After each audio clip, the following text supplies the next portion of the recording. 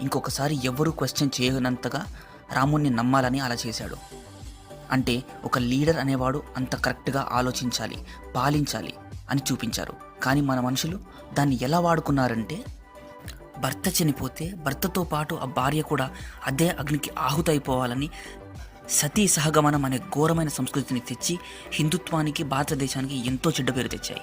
ఇలా అమాయకత్వంతో ఏదో చెప్తే ఏదో అర్థం చేసుకొని తల్లిదండ్రులు దొంగ స్వామీజీలు ఇచ్చిన పౌడర్ పాలలో కలుపుకొని తాగితే పిల్లలు పుడతారని, 30 ఏళ్ళు దాటితే పిల్లలు పుట్టరని, ఇలాంటి మూఢనమ్మకాల గురించి పిల్లలకు చెప్పి వాళ్ళని ఇబ్బంది పెట్టడం వల్ల అవి పాటించాలన్న ఇంట్రెస్ట్ పోవడం, దానివల్ల నమ్మకం కూడా లేకుండా పోవడం, దానివల్ల పనికిరాని చెత్తగా మనకు అనిపిస్తాయి.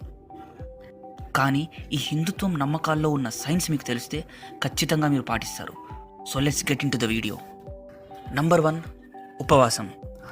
సో మనం ఉపవాసం ఎందుకు ఉండాలి?